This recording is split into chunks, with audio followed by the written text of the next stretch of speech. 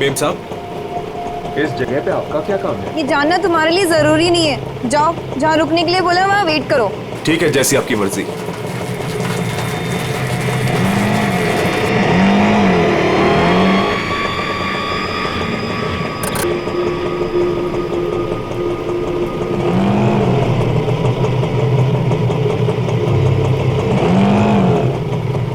अरे तुम गए नहीं अभी तक, जाओ। जी मेम साहब।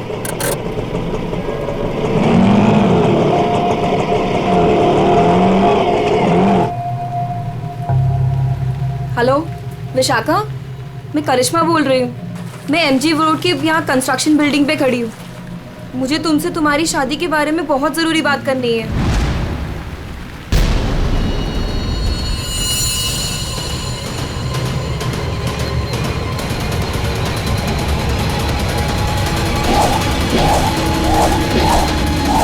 मेम साहब, मेम साहब, मेम साहब, कहाँ चली गई? मैं तो यहीं छोड़ के गया था। मेम साहब, मेम साहब।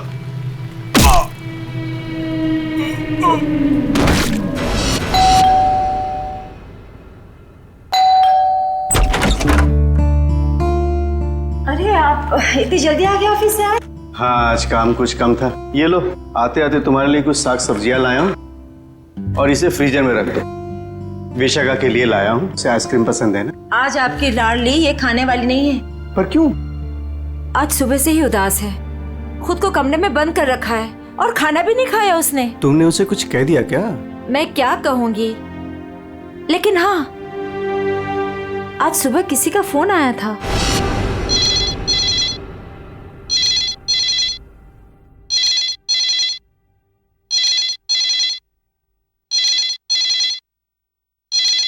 हेलो। हेलो, विशाखा बोल रही हो? जी हाँ, विशाखा बोल रही हूँ। देखो, मुझे तुमसे बहुत ज़रूरी बात करनी है। ये बात तुम्हारी शादी के बारे में है। शादी? कौन सी शादी? मुझे इस बारे में कोई बात नहीं करनी है। प्लीज मुझे दोबारा कॉल मत कीजिए।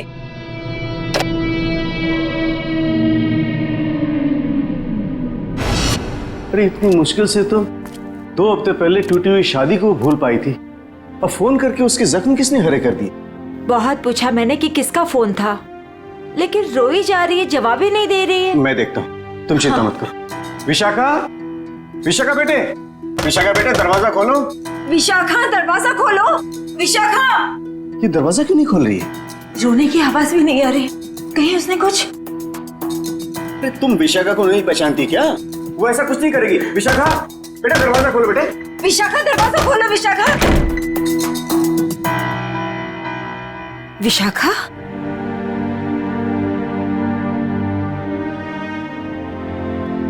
विशाखा बेटे, वो शादी वाले फोन कॉल से चिंता में है ना तू? हाँ पापा, काश मैंने उस गलत लड़के से शादी की जिद न की होती। मेरी वजह से आप लोगों को कितना अपमान सहना पड़ा। अरे नहीं बेटी, ऐसा कुछ नहीं है। उस लड़के के साथ तेरी शादी नहीं हुई, ये तो बड़ी अच्छी बात है। उस परिवार से तू बच गई बेटे। हाँ। और फिर हमारे इस लाडो के लिए इस शहर में कोई लड़की की कमी है क्या? हाँ? और क्या, हमारी विशाखा है इतनी प्यारी कि कोई भी लड़का इसे देखते ही पसंद कर लेगा। नहीं माँ, इस बार अपनी पसंद पे भरोसा करके मैं कोई गलती नहीं करना चाहती। आप लोगों की पसंद पे ही मेरी मंजूरी है। अरे हाँ सरिता, कल ठीक 3 बजे लड़के वाले विशाखा को देखने आ रहे हैं, तुम तैयार रहना। आपने पहले क्यों नहीं बताया? ओहो श्रीमती जी, तो अब तो बता दिया ना। हाँ? पापा, मुझे भगाने की बहुत जल्दी है ना आपको? मैं क्यों नहीं, अब इसकी शादी हो जाएगी तो इस कमरे को मैं अपना स्टडी रूम बना लूंगा। अच्छा, तो मैं भी अपना रूम लॉक करके जाऊंगी ससुराल।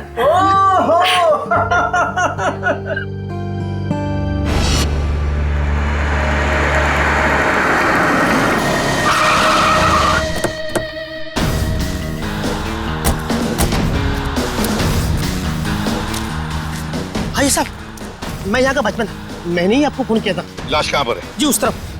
चलो दिखा। जी।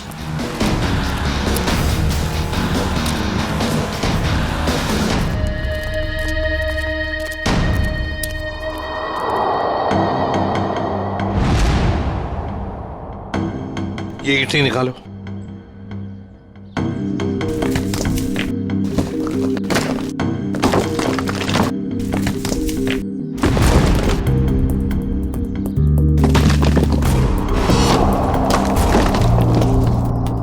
तो लगता है लाश को छुपाने की पूरी कोशिश की लेकिन पूरी तरह से कामयाब नहीं हुआ है। हाँ, छुपाने की तो बहुत कोशिश की है मगर जरूर कुछ ना कुछ तो भूल गया है वो। कोई ना कोई सुराग तो हमें जरूर मिलेगा। वैसे लाश ज्यादा पुरानी नहीं दिख रही है। एक काम करो, बाहर निकालो इसे आराम से, संभल के।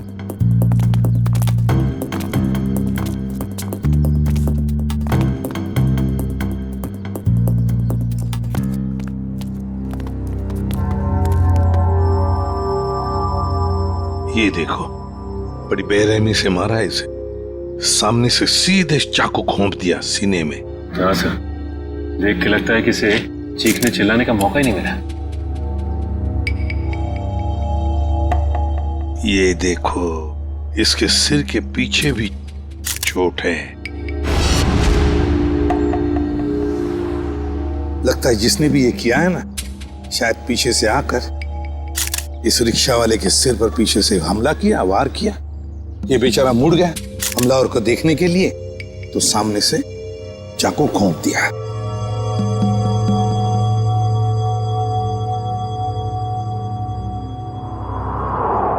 जेब में कुछ भी नहीं। लेकिन सर, कोई रिक्शा वाले को क्यों मारेगा? फ्रेडी, इस रिक्शा वाले को पैसे के लिए तो कोई नहीं मारेगा। हो सकता है इस रिक्शा वाले का किसी के साथ झगड़ा वगड़ा हुआ होगा या आपसी दुश्मनी हो, लेकिन अगर इसकी लाश यहाँ पर है, रिक्शा कहाँ पर होगी?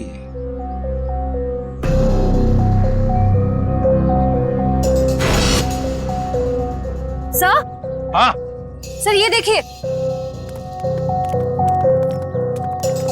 सर, ये खून की बूंदें और घसीटने के निशान है।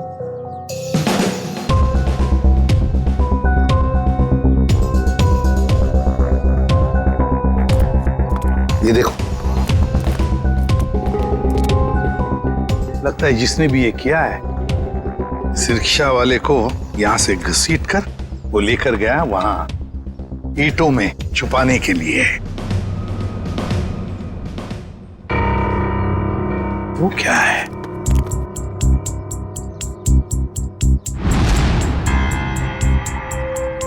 किसी आदमी की घड़ी? अरे ये तो काफी महंगी घड़ी है। शायद रिक्शा वाले की होगी। नहीं फ्रेडी, ये इस रिक्शा वाले की घड़ी नहीं लगती। इतनी महंगी घड़ी है ये, 1,00,000-1,50,000 की तो घड़ी है ये। तो फिर सर, शायद उसी की होगी जिसने रिक्शा वाले को मारा है। वो तो ये भी सकता है कि घड़ी उस आदमी की हो जो ऑटो में बैठा था। इतनी कीमती घड़ी पहनने वाला आदमी रिक्शा में नहीं जाएगा, मुझे नहीं लगता। देखो, और भी कोई सुराग मिलना चाहिए। देखो जरा आसपास।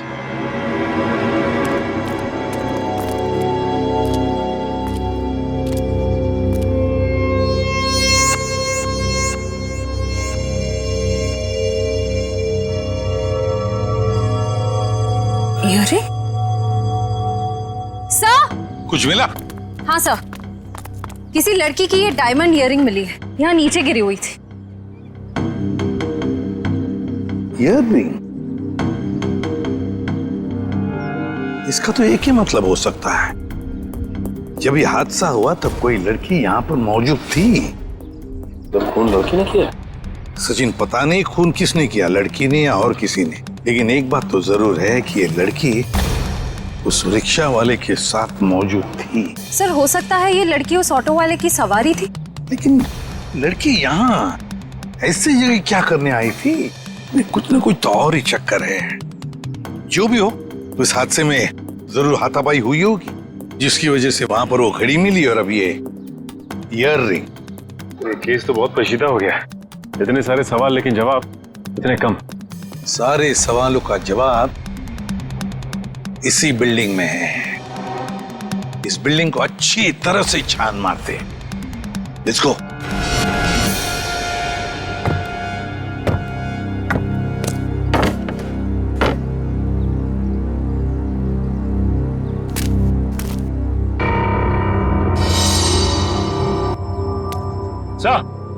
हाँ सचिन, क्या हुआ? ये देखिए, सीढ़ियों पे खून की बूंदें। हाँ,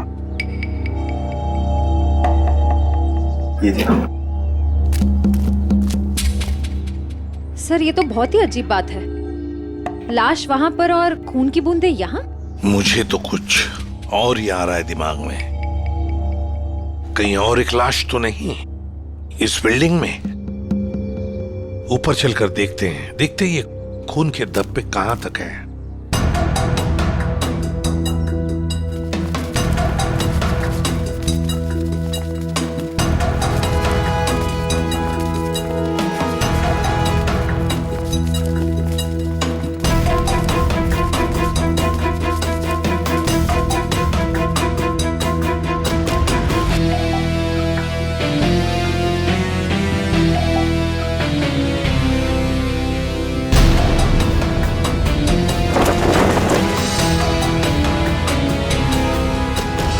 भाई साहब मैं तो कहता हूँ अभय और विशाखा एक दूसरे के लिए बिल्कुल सही है। दोनों के ख्यालात मिलते जुलते हैं, दोनों का स्वभाव एक है और वैसे एक साथ स्कूल में पढ़ चुके हैं।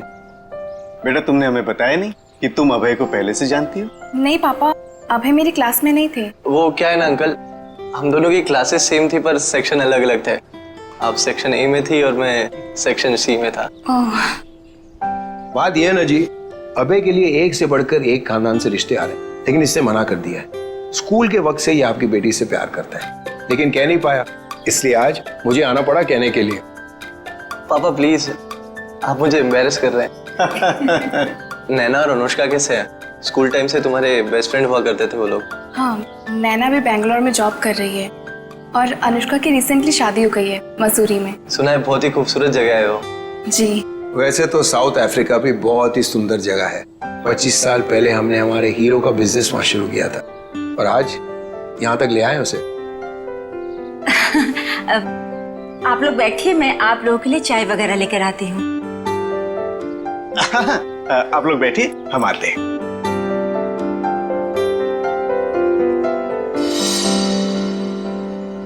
क्या बात है सरिता, क्या हुआ? देखिए, लड़का और परिवार तो मुझे अच्छे लग रहे हैं, लेकिन एक बार आप साफ साफ पूछ लीजिए, लेन देन की जो भी बात है। सरिता क्यों चिंता करती हो? देखो मुझे नहीं लगता कि धीरेन्द्र जी की कोई मांग है, और अगर होगी भी तो हम मांग पूरी कर देंगे ना। देखो सरिता, मेरी पेंशन है, तुम्हारे जेवर है, और अगर जरूरत पड़ी तो हम ये मकान बेच देंगे। आखिर हमारी एक ही बेटी है। ओफो, आप एक बार पूछ तो लीजिए ना, कहीं कोई बड़ी मांग रख दी तो। फिर तो ये रिश्ता नहीं हो पाएगा। खैर, अपनी किस्मत है, देखते हैं। चलो लीजिए भाई साहब। ये सब लाने की क्या जरूरत थी? इतनी तकलीफ क्यों की आपने? अरे क्या कहते हैं भाई साहब, ये तो कुछ भी नहीं है, ये तो आपको लेना ही पड़ेगा। चाय लीजिए। ये लो बेटे।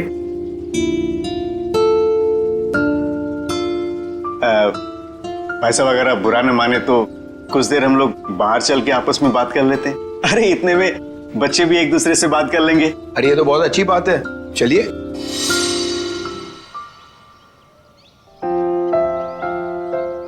भाई साहब, आपका बेटा हमें बहुत पसंद है। मुझे भी बिल्कुल विशाखा जैसी बहू चाहिए थी।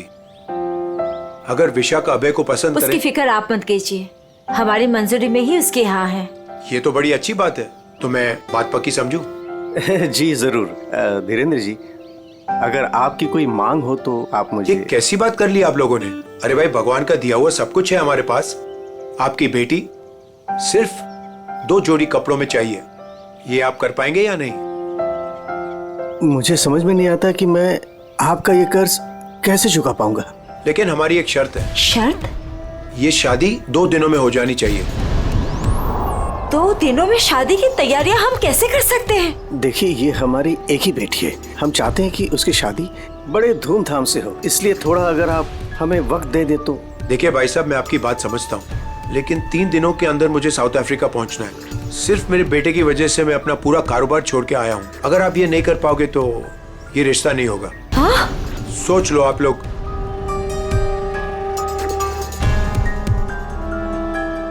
ठीक है भाई साहब, ये शादी परसों ही होगी। ये तो बहुत अच्छी बात है, मुबारक हो।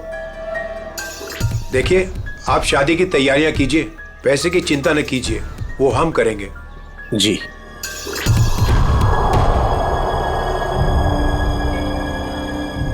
कैसे? तुम चिंता मत करो सरिता, भगवान की जो मर्जी है वही होगा। चलो शादी की तैयारी करते हैं।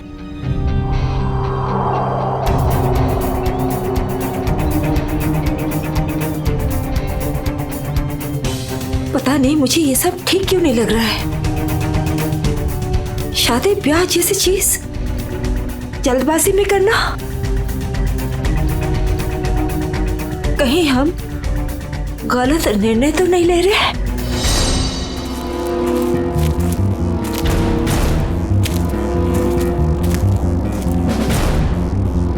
सर, इस लड़की का चेहरा तो पूरी तरह से बिगड़ चुका है।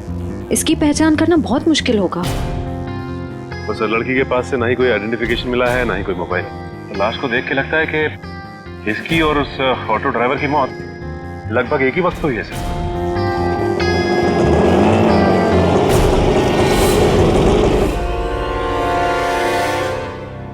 सर, ये लावारिश रिक्शा यहाँ से थोड़ी दूर पे खड़ी हुई थी, लोगों ने मुझे बताया। और सर, ये रहे रिक्शा के पेपर्स। वो लाश इसी रिक्शा ड्राइवर की थी, चमन नाम था उसका। और सर, ये फोटो भी लगी उसकी। हाँ, चमन खुद मालिक था इस रिक्शा का। और कुछ मिला? हाँ सर, मोबाइल मिला है सर, लेकिन सर बैटरी डाउन है इसकी। ठीक है, कोई बात नहीं, इसमें से हमें बहुत कुछ इंफॉर्मेशन मिल सकती है।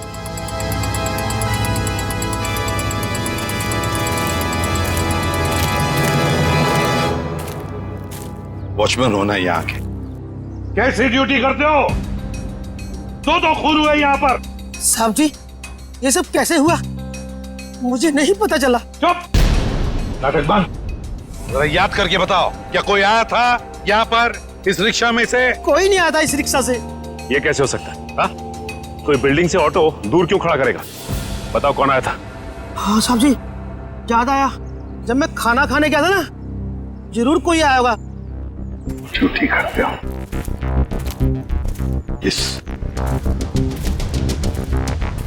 इस चमन की पूरी कुंडली निकालो। हाँ अभिजीत। सर, वो ऑटो वाले के फोन की डिटेल मिल गई है सर। ये 11 बजे के करीब ममता नगर से निकला और 11:30 बजे जेएल स्टेशन पे पहुंच गया। ये MG road under construction building पे कब पहुंचा? सर, 12:30 बजे। जेल स्टेशन से सवारी लेने के बाद 12:40 पे उस जगह पे मिला था जहां पे वो ऑटो खड़ा मिला था। मतलब जेल स्टेशन से उसने सवारी उठाई, तो फिर अभिजीत उस वक्त दो मोबाइल फोन होंगे उस रिक्शा में, एक रिक्शा वाले का और शायद इस सवारी का भी। हाँ सर, मोबाइल कंपनी वालों ने बताया कि रिक्शे वाले के मोबाइल के साथ साथ एक और मोबाइल ट्रैवल कर रहा था। जयवंती और पेटी लगे हैं उसका डिटेल निकालने में। चलो अच्छा। अब देखना यह है कि सर वो सवारी विक्टिम थी या मुजरिम। सर, हाँ सर, वो जो ऑटो की सवारी का मोबाइल नंबर था वो दिल्ली का नंबर है और किसी करिश्मा के नाम पे रजिस्टर्ड है। दिल्ली? अच्छा, इस करिश्मा के बारे में और कुछ पता चला? नहीं सर, और कुछ डिटेल्स तो अभी पता नहीं चल पाए हैं। ये तो पता चला होगा कि उसने आखिरी कॉल किसको किया। किसी लैंडलाइन नंबर पे किया था आखिरी कॉल। पोपटवाड़ी का कोई उदय कुमार है। पोपटवाड़ी उदय कुमार।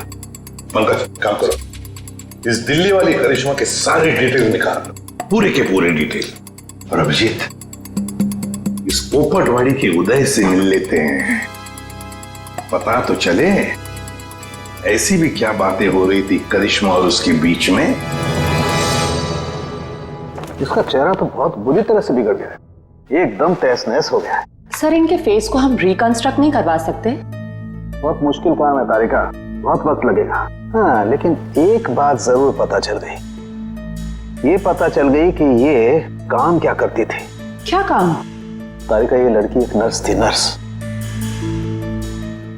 ये देखो, ये देख रहे हो, ये इसकी उंगलियों पर और ये अंगूठे पर ये कौन? ये निशान तो ज्यादातर उन्हीं लोगों के हाथों में होता है ना जो दूसरों को इंजेक्शन देते हैं। एग्जैक्टली तारिका।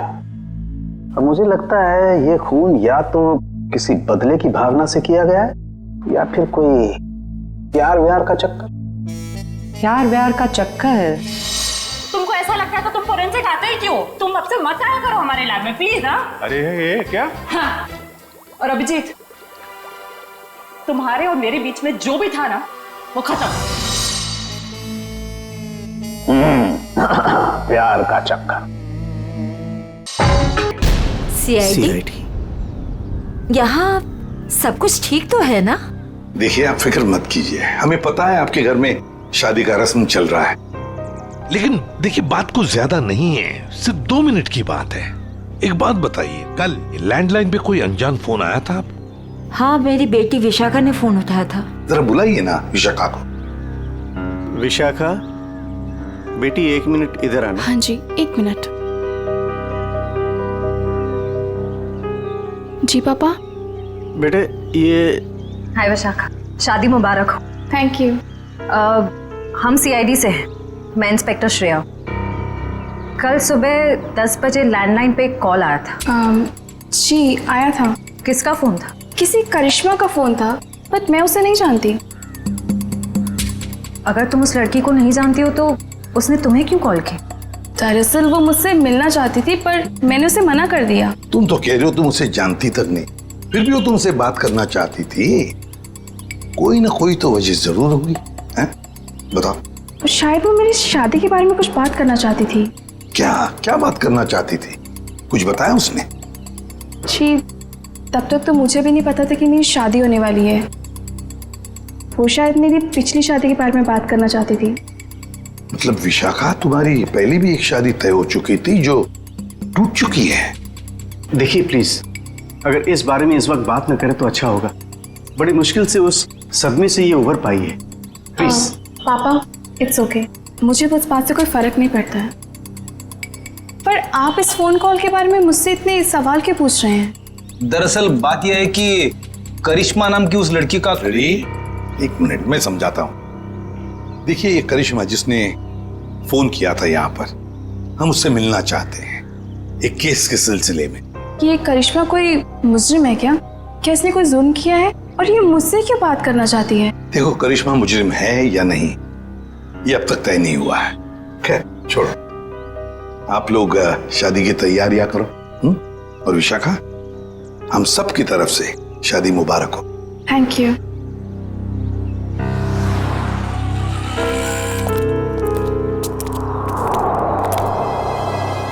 हेलो, सुनो, सब गड़बड़ हो गया है यहाँ। सीआईडी आ गई है। हाँ जी, क्या हाल है बॉस? फिर से बन गया चेहरा? अरे चेहरा बनने में टाइम लगता है ना यार। और कितना टाइम चाहिए तुझे? मैं बोल रहा था तारे का, प्रद्युमन जैसे ही मेरी शक्ल देखेगा पीछे पड़ जाएगा। कितना टाइम लेगा चेहरा बनाने में? यार इतना सा काम है सालू के। वैसे एक बात बताओ, आप लोगों को वाकई कुछ पता नहीं चला उस लड़की के बारे में? हमें इतना तो पता चल चुका है कि उस लड़की का नाम करिश्मा है और वो दिल्ली की रहने वाली थी। और अगर मैं ये बताऊं कि करिश्मा एक नर्स थी तो? सर उस करिश्मा के बारे में नई बात पता चली सर। क्या? वो दिल्ली में 10 स्टार हॉस्पिटल में नर्स है। लो, ये बात अब बता रहे हैं, मैं कब की बता चुका ये बात। 10 स्टार हॉस्पिटल दिल्ली। वाह यार अभय, बड़ी सुंदर दुल्हन मिली है तुझे, सच्ची।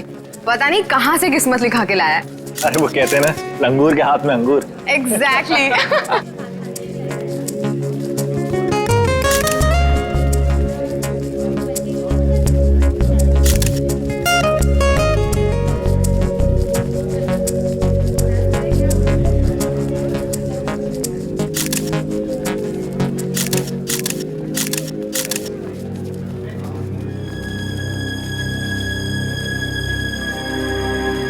उदय जी आप रो रहे हो, सब ठीक तो है ना? ये तो खुशी के आंसू हैं। आज अपने बेटी को दुल्हन बना जो देख पा रहा हूं मैं, इसलिए। आपसे कुछ बात करनी थी। हाँ हाँ, तो कहिए ना। यहाँ कहना ठीक नहीं होगा, जरा अंदर चलिए ना। क्यों, हमसे शादी में कुछ कमी रहेगी क्या? नहीं, वो सब ठीक है, A1। देखिए सारे मेहमान आ रहे हैं, अगर हम यहाँ से चले गए तो कुछ परेशानी हो जाएगी। फेरे हो जाए, उसके बाद दोनों बैठ करके बातें करते हैं।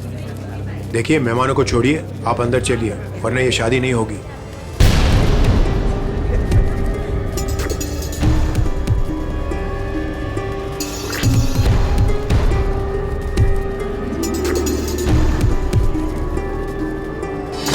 आइए उदय जी।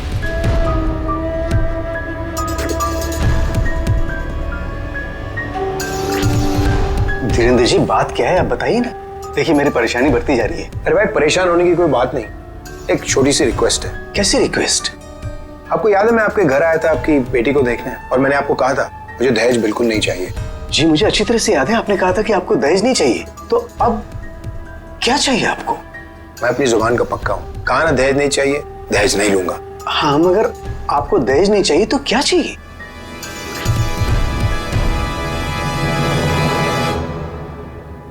Kidney kidney kidney.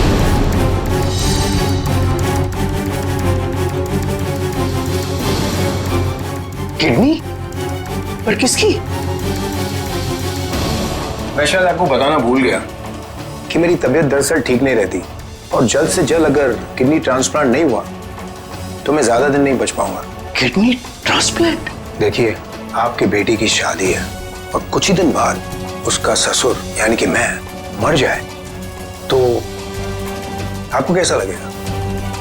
पर धीरेन जी, मैं अपनी किडनी कैसे, मेरा मतलब। मैंने पूरा पता लगा लिया है, हम दोनों की किडनीज मैच होती हैं। अच्छा, तो इसका मतलब ये शादी ब्याह ये सब ढोंग है। दरअसल आपको मेरी किडनी चाहिए, इसलिए आपने ये सब। अब फेरों में 2 घंटे और, बहुत समय आपके पास, सोच लीजिए। और वैसे भी हम दोनों एक परिवार का हिस्सा बनने जा रहे हैं, तो एक परिवार वाले का फर्ज बनता है दूसरे परिवार वाले की जान बचाने का।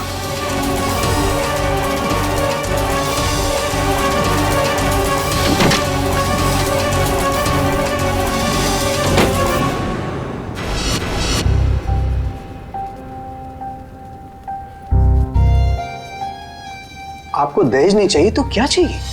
Kidney kidney kidney.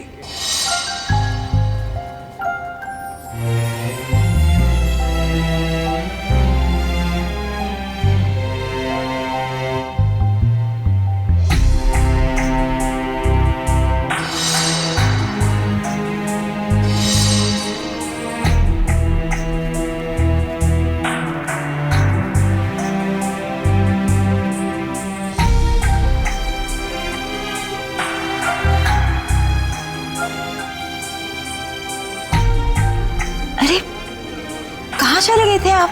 कुमार साहब आए हैं अपनी पत्नी के साथ, वो आपको ढूंढ रहे थे। सरिता, आओ मेरे साथ, 2 मिनट तुमसे बात करनी है। चलो।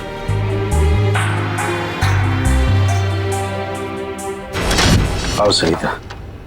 क्या हुआ, मुझे बताएंगे भी? सरिता, दरवाजा बंद कर दो, बताता हूं।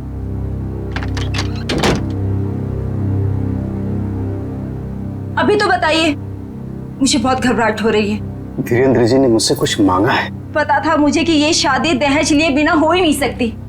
वैसे कितने पैसे मांगे हैं उन्होंने? नहीं, उन्होंने मुझसे पैसे नहीं मांगे। तो फिर? सरिता, उन्होंने मुझसे मेरी किडनी मांगी है। किडनी? हाँ सरिता। हे भगवान, इसका मतलब ये सब शादी वादी ढोंग है। वो आपकी किडनी लेना चाहते हैं? मुझे भी यही लग रहा है। ये अचानक से उनका मेरे घर आना, फिर 2 दिन में शादी, और अब ये सब कुछ। सरिता, मुझे तो इसमें बहुत बड़ी साजिश लग रही है। तो क्या अब हमारी विशाखा की शादी फिर से टूट जाएगी? अगर मैंने किडनी नहीं दी तो ऐसा ही होगा। ना सरिता, तुम मत रो।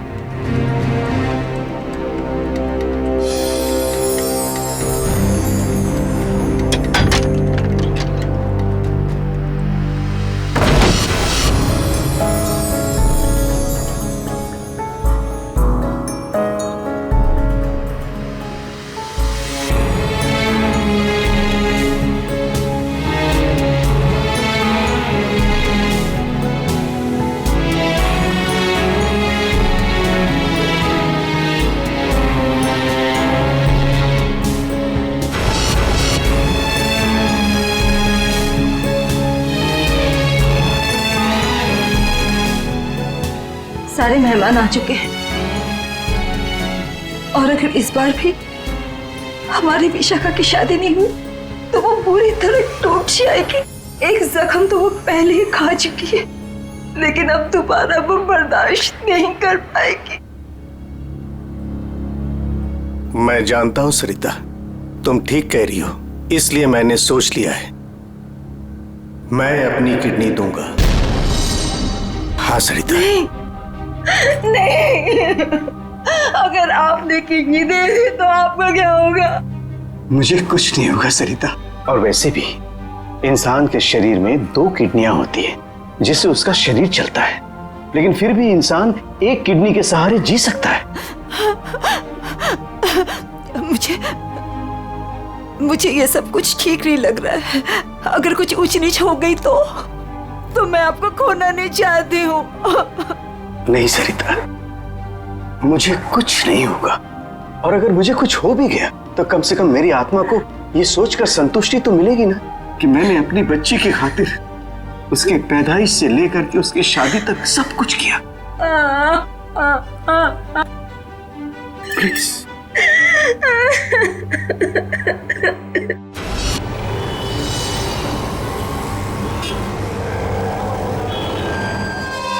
हेलो सर, मैं अनुज, इस हॉस्पिटल का डीन।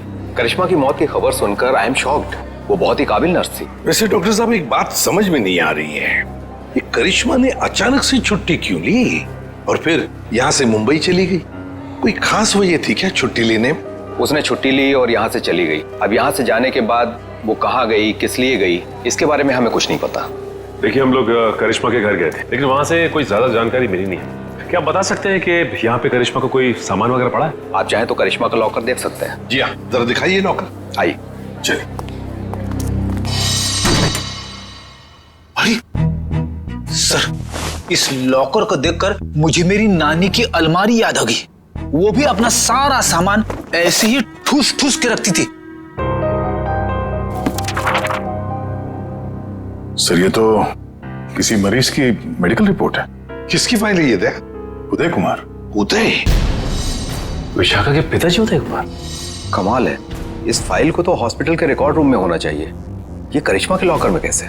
मतलब ये करिश्मा उदय जी और उसके परिवार वालों को जानती थी? वो परिवार वाले तो बता रहे थे कि वो करिश्मा को जानते ही नहीं। जरा बताइए, किस चीज का इलाज चल रहा था उदय का?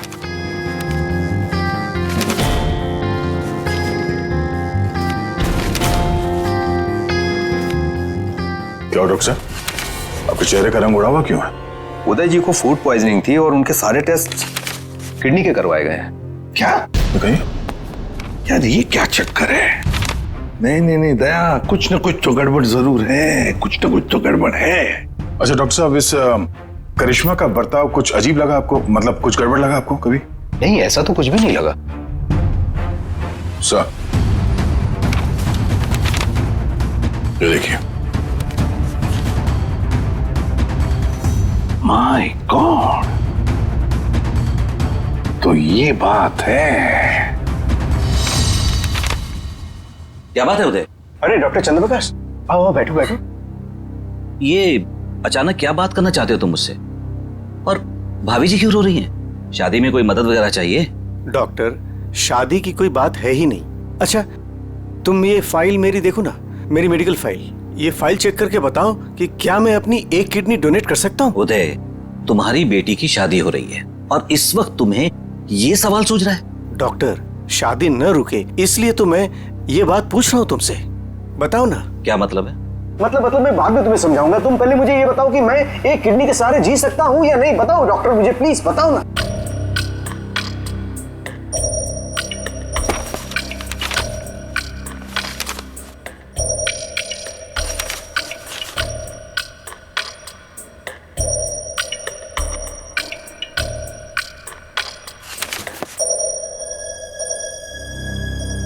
डॉक्टर, रिपोर्ट ठीक तो है ना? क्या हुआ चंद्रप्रकाश, बताओ ना कुछ मुझे। क्या किडनी देना जरूरी है? बस तुम इतना ये समझ लो कि किसी के जिंदगी और मौत का सवाल है। देखो, अगर मैंने किडनी डोनेट नहीं की ना तो मेरी बेटी की शादी रुक जाएगी। देखो उदय, तुम्हारी ये किडनी पहले से ही खराब है। क्या? सरिता, मुझे तो आज तक ये प्रॉब्लम कभी महसूस ही नहीं हुआ। कैसे किडनी फेलियर हो सकता है? क्योंकि उदय, तुम्हारी बॉडी दूसरी किडनी से फंक्शन कर रही है। आई एम सॉरी, अगर तुमने ये दूसरी किडनी भी डोनेट कर दी तो क्या? तो तुम्हारा बचना नामुमकिन है। किडनी डोनेट करने के लिए तुम मेडिकली फिट नहीं हो। देखो, ऐसा मत कहो डॉक्टर, मुझे ये किडनी दान करनी ही पड़ेगी किसी भी हालत में। डॉक्टर प्लीज जरा चेक करके बताओ, कोई तो रास्ता निकालो। देखो उदय, फाइनल डिसीजन मैं नई रिपोर्ट के आने के बाद ही दे पाऊंगा, लेकिन इस रिपोर्ट के मुताबिक किडनी डोनेट करना मतलब मौत को दावत देने जैसा है।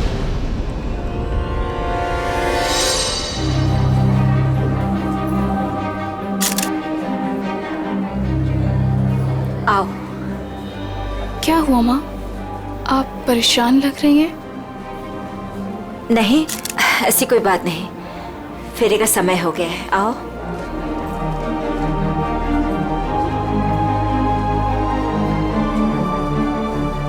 अरे उदय जी, आप ही को ढूंढ रहा था। फेरे लगवाएं या फिर मैं बारात वापस? जी नहीं, बारात वापस ले जाने की नौबत नहीं आएगी।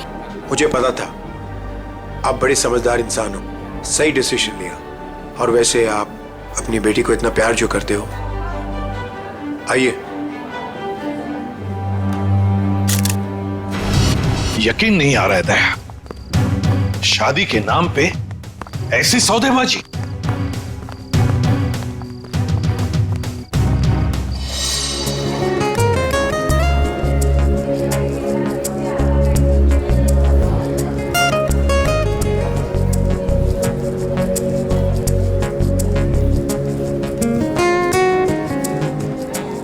रुक जाइए। सरिता जी। जी। उदय जी कहाँ है? वो तो यही। कहाँ है उदय जी? यही तो थे, कहाँ चले गए? आप लोग यहाँ फिर से, क्या हुआ? हमारा उदय जी से बात करना बहुत जरूरी है, जरा बुलाइए उन्हें। उदय जी। उदय जी। कहाँ गए उदय जी? बुलाइए। मम्मी, पापा कहाँ चले गए? आपके पापा कहाँ हैं? इसका जवाब अब ये देंगे धीरेन्द्र जी। क्यों धीरेन्द्र जी, जवाब देंगे ना? मुझे कुछ नहीं पता।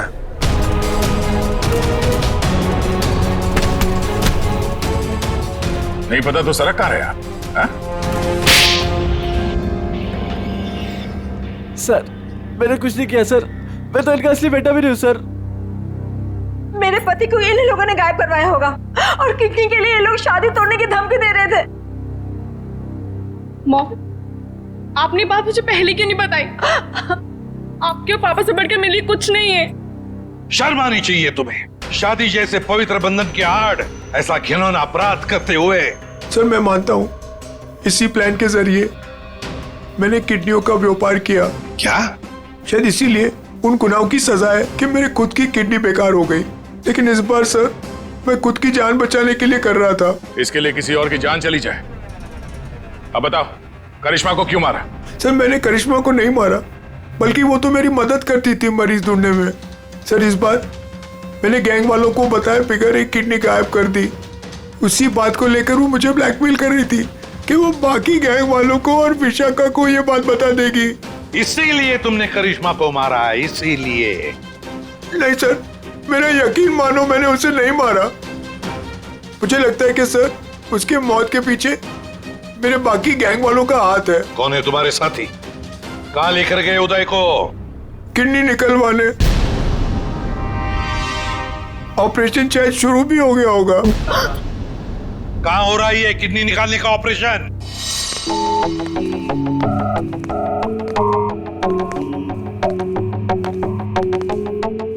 चल डॉक्टर, ऑपरेशन शुरू कर। देखो तुम जो ये कर रहे हो ना, ठीक नहीं कर रहे हो। बकवास बंद कर और अपना काम कर जल्दी।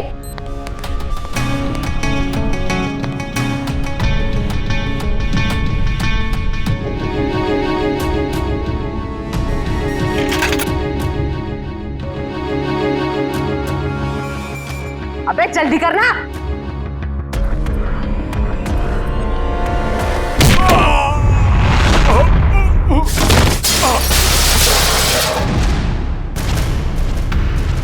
कौन है वहां? कौन है?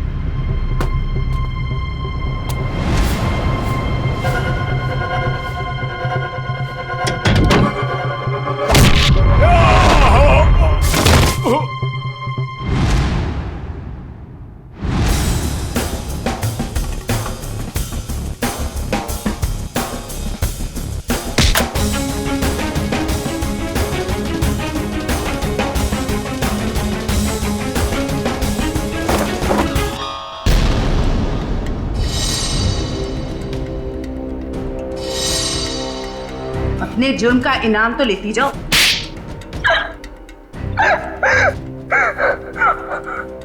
ये सारा षड्यंत्र हमने सिर्फ लोगों की किडनियां हथियाने के लिए किया है। ये सब पता है हमें। ये बताओ करिश्मा को क्यों मारा तुम? क्योंकि करिश्मा हमें धोखा दे रही थी। लेकिन तुमने करिश्मा का खून किया, ये बात तुमने धीरेन्द्र से क्यों छुपाई? ताकि जब धीरेन्द्र किडनी ट्रांसप्लांट के लिए ऑपरेशन थिएटर में आए तो वहां उसे आराम से मार सके, ताकि वो खून ना लगकर एक हादसा लगे। और उदय की किडनी तुम ऊंचे दाम में बेचना चाहती थी, क्योंकि उदय का blood group Bombay blood group है, एक रेयर ब्लड ग्रुप है ना? यही प्लान था सर, लेकिन आप सीआईडी वालों की वजह से वो सब चौपट हो गया। करिश्मा का खून और कितने सारे मासूम लोगों की किडनियों की चोरी, तुम्हें तो फांसी ही होगी। इतना काफी है तुम्हें फांसी के फंदे तक पहुंचाने के लिए। जयवंती, ले जाओ इसे।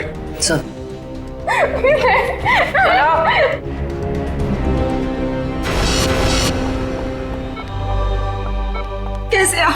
तबीयत कैसी है आपकी? आप ठीक तो है आप? सरिता, विशाखा बेटी, तुम लोग रो क्यों रहे हो? क्या हुआ मुझे? मैं आपसे कभी बात नहीं करूंगी। आपको क्या लगा मेरी शादी आपकी जिंदगी से ज्यादा जरूरी है? ऐसी कोई बात नहीं। दरअसल मैं और सरिता, हम तो सिर्फ तुम्हारी खुशी चाहते हैं बेटे। मेरी खुशी आपसे है, आपसे है। माना बाकी लड़कियों की तरह मेरा भी सपना है कि मेरा भी एक अच्छा पति हो, लेकिन वो पति मुझे अपने पिता की कीमत पर बिल्कुल नहीं चाहिए। देखा उदय जी, आपकी बेटी विशाखा कितनी समझदार है, सियानी है और सही बोल रही है। एक बात हमेशा ध्यान में रखना, बेटी घर का सम्मान होती है, सुख होती है, खुशी होती है। उसके हाथ पीले करना तो सौभाग्य की बात होती है, लेकिन उसके लिए माता पिता को अपनी जान दांव पर लगाने की कोई जरूरत नहीं। एसीपी साहब, मैं आपसे वादा करता हूं, चाहे कुछ भी हो जाए, मगर मैं इंतजार करूंगा। अब की बार मैं अपनी बेटी का हाथ सिर्फ उसी को दूंगा जो इसके लायक हो। आप सबका बहुत बहुत शुक्रिया बेटी। Thank you very much.